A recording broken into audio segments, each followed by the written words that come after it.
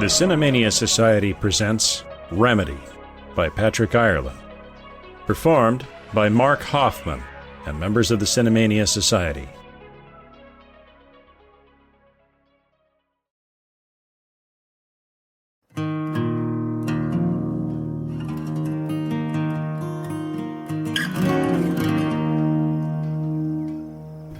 It had been a nasty morning, and it didn't seem likely to improve with the arrival of midday. I decided to walk over to Flossie's for lunch. As I crossed the sidewalk outside my office, my boot heel caught in a knothole. The hitching rail stopped me from a plunge into the brackish water of the horse trough at the cost of a punch in my chest that rammed my badge deep into the flesh beneath my linen shirt. My hat flopped into the trough. Gasping with the impact I'd taken, I fished out my hat and reflected on the fact that it wouldn't stay wet for long in a day like this promised to be. The dusty air above the street was already shimmering with rising heat, and it wasn't yet noon. I sighed, slapped my hat on the thigh of my Levi's, and headed toward Flossie's. I'd gone all of 2 blocks when I heard a sound that greeted my ears much the way a 3 days dead catfish would greet my nostrils. The calliope. I never could abide calliope music, not even when I was a tyke. For all I know, my mama was frightened by a calliope when she was carrying me. The thought passed through my mind that if events so far were any indication, this day might well end with my remains cooling in the rigor mortis. And I was beginning to hope the sooner the better. I made my way up Post Street toward the sound, the gorge rising higher with each step. Even if by some stretch of the imagination such a caterwauling racket might somehow be enjoyable, I could never learn to appreciate it, not even at gunpoint.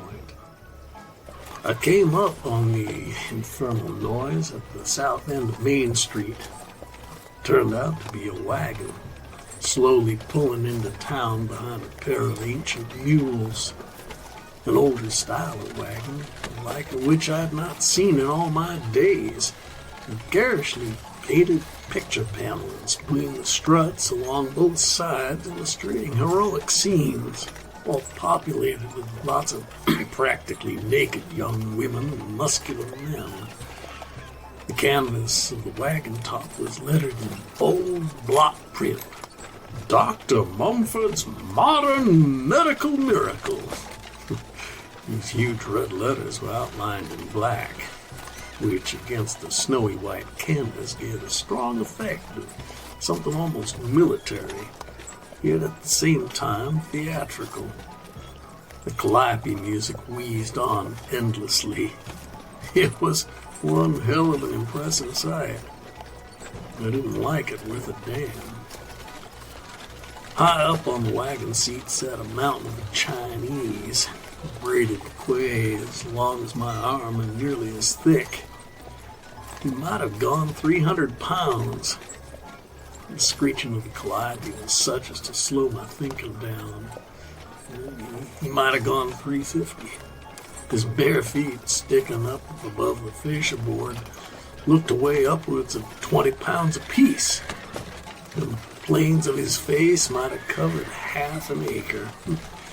It occurred to me that a good-sized town could live healthily on the groceries it would take for a man that size just to work up a respectable fart.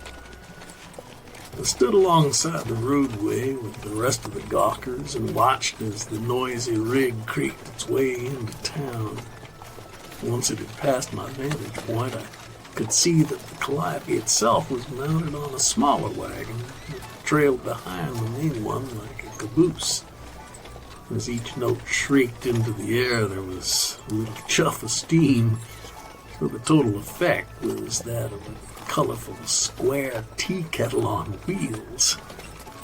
In light of all the minor explosions, it seemed ready to demolish itself any second, and I found myself hoping it would hurry up and get it over with. The next moment, All thoughts of the raucous infernal engine evaporated from my mind as a girl on a prancing white horse hove into view. I swallowed hard. She wore a ruby red satin riding habit beneath a royal purple cloak, broadly trimmed in gold, which trailed back from her shoulders in a shallow catenary that spread across the wide rump of her mount. Her hair was a copper cascade, fanned across her face in the way I had always imagined angels must wear theirs, falling to the level of her breast. And those were breasts a man could lose himself in for days. A very lucky man. Like conical helmets in contour, swaying nicely with the horse's gait. They arrested my eyes, captured my imagination, and stopped my breath. As she passed, I caught the shimmering draft of her fragrance, and it seemed that I rose up in my boots to float along in its wake. A moment later, I realized that I had finally found a reason to go on living this day. After a start which might have sent the most optimistic fox scrambling after a trusty razor, I had been rewarded for my perseverance by the visitation of this ethereal creature. I found myself grinning like an idiot. I stepped off the board sidewalk to follow the little parade and waded straight into a steaming pile of horseshit. With a bitter curse, I headed for the blacksmith's, it being the nearest place with a pump. I had to rinse my damn boots off before I could go into Flossie's or any place else respectable. Unfortunately, the smithy was due south and the parade was headed north. I'd just have to catch up to the redhead later on. Uncle Sid sweating and paused at his anvil and eyed me as I asked if I might use his pump. Well, sure thing, Sheriff. Now, by the way, do you know you got horse shit all over your boots?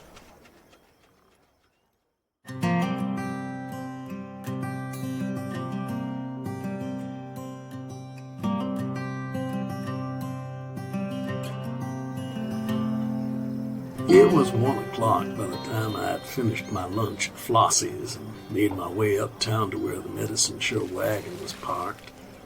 The rig had undergone something of a transformation in the last hour or so. The 2 mules had been unharnessed and led off, and the side of the wagon facing the street had been opened out into a stage. An awning had sprouted up over the stage and banners hung from the guy ropes. These were blazoned with paintings of jungle scenes and wild animals. Around the back end, a window looked down the street toward the bandstand in the town square. Over this window hung a banner reading, "Dr. Mumford's Modern Medical Miracle." The big Chinese was unloading crates of bottles from inside the little wagon where the calliope traveled. It was quite a layout. Still didn't like it worth a tinker's damn. Folks were beginning to accumulate in random knots around the wagons, drawn by the calliope and all the unusual activity. I stood in an inconspicuous spot and kept my eyes open. What the hell, I figured. The redhead was part of this thing. She was bound to show up and do a little dance or something. After a few minutes, a young guy in a snappy frock suit appeared on the stage and looked out at the assembled townsfolk. He smiled broadly and lifted his tall hat. Drawing a deep breath, he launched into his pitch. Greetings, good citizens. Allow me to compliment you on your lovely city. It reminds me of the town in which I spent the carefree days of my youth. Indeed it does. But I left that town, friends, at the tender age of 20 years, and went to seek my fortune in the wide world, never dreaming where fate would lead me. And I must say that I did so was to the everlasting benefit of every man and woman who suffers from dyspepsia, flux, consumption, baldness, rheumatism, constipation, allergies of every stripe, truly every malaise known to medical science, and many perhaps yet undocumented. No doubt this seems a broad claim, but, my friends, you would do yourself a grave unkindness were you to walk away before hearing the astounding circumstances of my discovery. To his credit and my surprise, he managed to get this all out in one breath. Folks gathered about seemed immediately enraptured, their eyes beginning to glaze under the seductive torrent of words. Yes, friends, He went on. I left my pastoral home and for a number of years wandered aimlessly about the world until at last I joined an expedition of the famous Viennese physician and explorer, Dr. Heinrich von Stubendorf, whose name is revered in the finest medical institutions on the European continent. I happened to have the rare good fortune of being in Vienna at the time Dr. von Stubendorf was setting out to explore the mysterious jungle of Sumatra and was advertising for hardy men with steady nerves and a thirst for adventure. My friends, as a result of my accompanying the good doctor on this expedition, I have something to offer you which will enrich the quality of your life beyond the limits of your wildest fantasy. At this point, the redhead sashayed out onto the little stage and exhibited some of the finer points of her anatomy by slipping the cloak from her shoulders.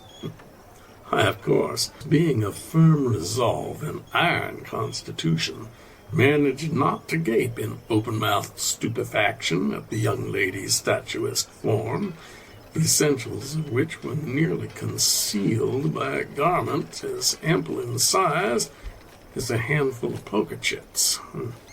A small handful.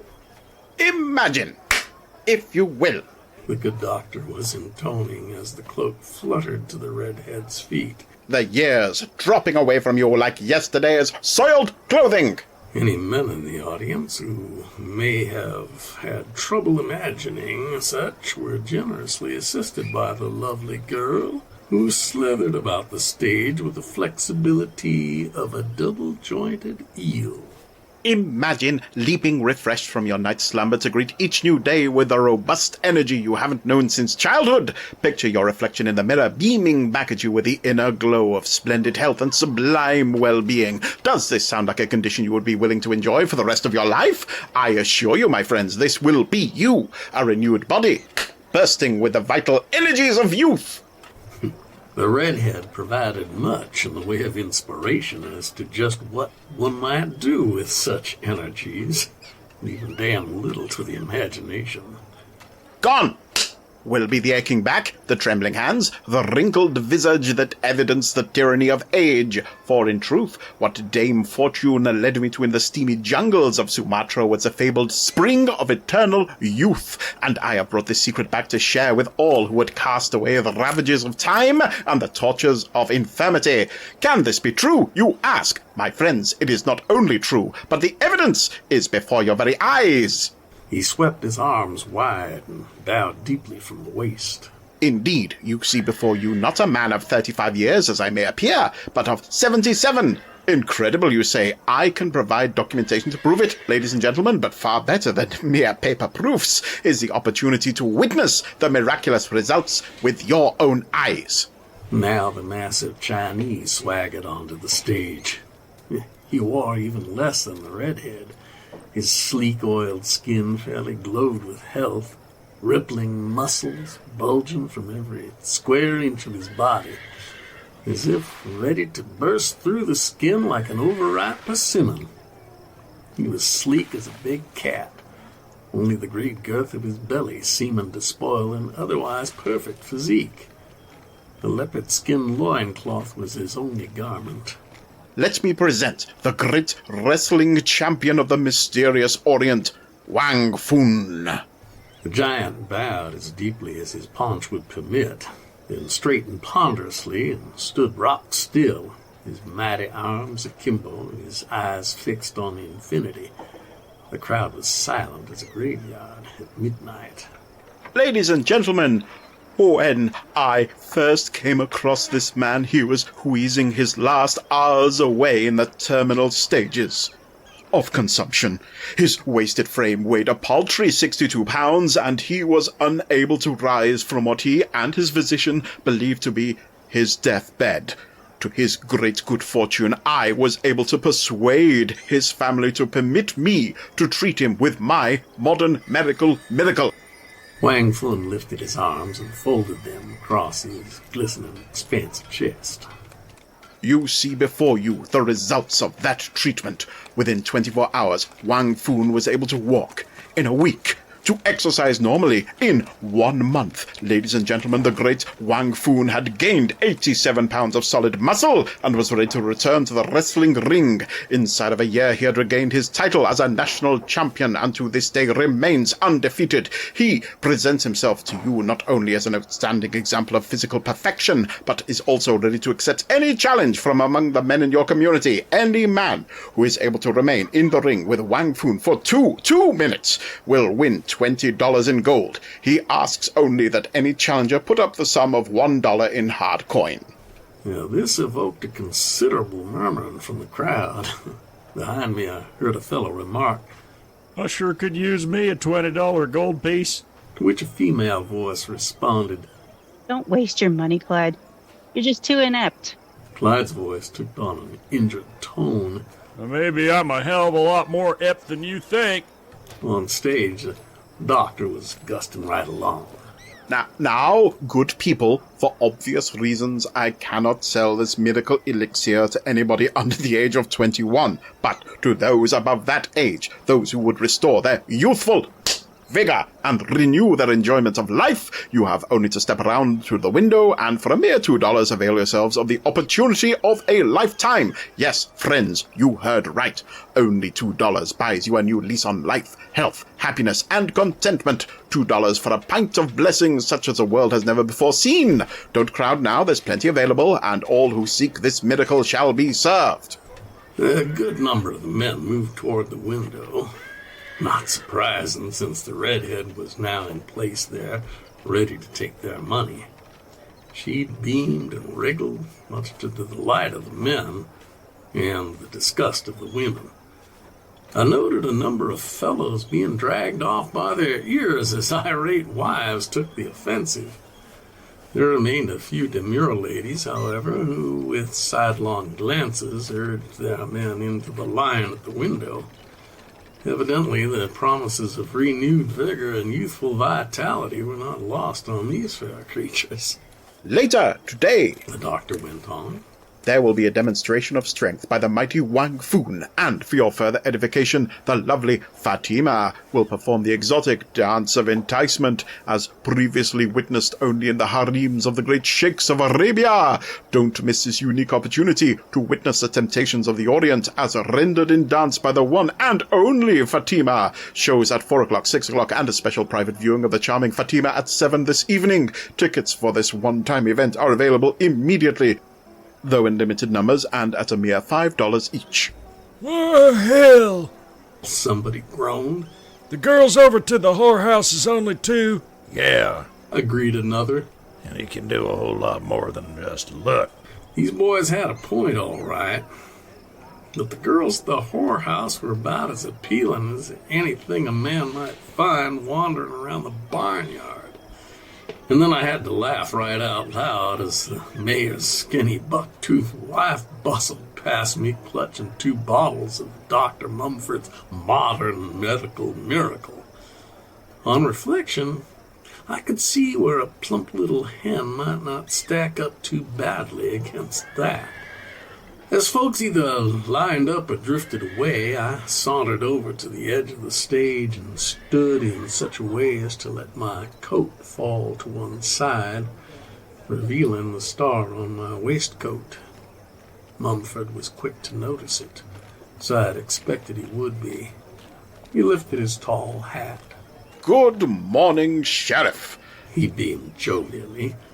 Lovely town you have here. It reminds me of, Yeah, I already caught your spiel. I interrupted before he could sail into it all over again. If it bothered him, I couldn't tell. Well then, you know the benefits that my elixir has to offer. He radiated enthusiasm fit to bust. I expect them benefits is something similar to the old-fashioned hangover, I told him. Well now, Sheriff, He lowered his voice slightly. I'd be obliged if you'd accept a bottle with my compliments and make your own judgment. He held out a bottle with a fancy label lettered in the same bold red print as on the side of his wagon. I nodded and kept my hands behind my back.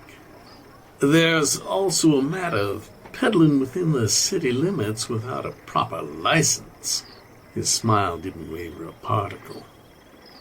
You know, Sheriff, it was my intention to look you up and take care of that matter, but so many folks had gathered around by the time we had the wagon set up that I couldn't resist the charitable side of my nature. I couldn't bear to let these poor citizens go another hour without the opportunity to repair their failing health. I do hope you'll forgive me for my oversight and also accept this ticket to the 7 o'clock show featuring the incomparable Fatima. His eyebrows lifted. The, private performance? He held out the ticket and the bottle, and a snowflake wouldn't have melted on his tongue. I was about to get to that, I said, still clasping my hands behind my back. There may be some question as to the moral propriety of such a show. You see, in addition to my duties as sheriff, it also happens that I am chairman of the Town Decency League. I gave this a moment to soak in as I glanced around to assure myself no one was in earshot who might overhear me telling such a whopper. I'm pleased to hear that, Sheriff. Mumford aloud, not missing a beat. Fatima's exhibition is purely educational, not to mention wholesome in the extreme. Let me just give you another ticket so you may bring your wife. The two of you will no doubt find Fatima's presentation consistent with the highest moral standards to be found anywhere. In that case, I pointed out, them as pays $5 for the privilege of seeing it are bound to be a bit disappointed and might be inclined to seek redress against you for falsely advertising the nature of the show. I was beginning to get a feel for sparring with this slicker and was curious to see just how far he'd go along with me. Perhaps in the case of this particular town it might be appropriate to make an adjustment to the price of admission, he stated in an agreeable tone. It did appear, however, as he hitched his chin upward, that his celluloid collar was beginning to bind somewhat. The sweat glazing his fingers was no doubt attributable to the warmth of the afternoon. And where did you have in mind to hold this here private exhibition? The extended hand containing the bottle and ticket seemed to waver the least bit. Why, over there. He indicated the town square with a nod. We were going to set up our tent. I looked at my toes for a moment. Is there a problem with that, Sheriff? A hint of exasperation had crept into his tone. He finally dropped his hand, but not before I relieved it of its burden. Might be, I reflected, stashing the bottle and tickets in my coat pocket before anyone happened to notice. You see, the town band generally uses the bandstand there for Sunday evening concerts. It's sort of a custom around here. His smile was beginning to thin out somewhat. I don't see where we'd be in the way. In fact, the concert and our show would complement each other rather nicely, I'd think.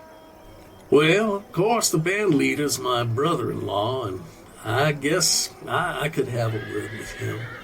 But he's an awful money-minded sort, old Willie is. I just bet he'll figure that, what with his band providing the draw for your show, he ought to be seeing something in the way of compensation. Yep, that collar was binding all right. Mumford stuck a finger down in it and yanked it 40 ways from Sunday. How many tickets do you think this brother-in-law of yours is going to want? Well, let me see now. I began to count on my fingers. There's Willie his own self, well, that's 1. And there's the rest of the boys in the band, that's 9 more. Well, Whoa! Mumford burst into my calculations. I can't give away 10 tickets. That's $50 you're talking about. I looked up from my fingers and squinted. I thought you said you were making an adjustment in light of the Town Decency League, I reminded him. He ripped at his collar a while longer this time. All right, 10 tickets, but that's all. I'll have to hold an additional private showing. Suppose you and your boys show up around 9 o'clock. That way the paying customers will be gone and nobody will be the wiser. All right. I studied my toes for a spell. I guess that'd be all right, I allowed. Now, about the peddling license. By the time I left, I had 15 of his no doubt ill-gotten dollars, a dozen tickets to a private show, 3 bottles of Mumford's Medical Miracle, and a much improved outlook on life. In return, he had a scrap of paper with my signature authorizing him to conduct his business in town on a badly stretched celluloid collar. I had to give the fella credit. I hadn't even cracked open a bottle of his snake syrup yet, and the day had already taken on a downright favorable appearance. This has been the Cinemania Society presents Remedy. Copyright 2015 by Patrick Ireland. This story appears for the first time anywhere with permission of the author. Featuring Mark Hoffman as the sheriff and Andy Slack as Dr. Mumford, with additional voices provided by Ethan Ireland and Hope Bravo. Editing and sound design by Ethan Ireland. Theme music by Carl Casey at White Bat Audio. Incidental music and sound effects courtesy of Epidemic Sound. The Cinemania Society Presents is a product of the Cinemania Society, LLC.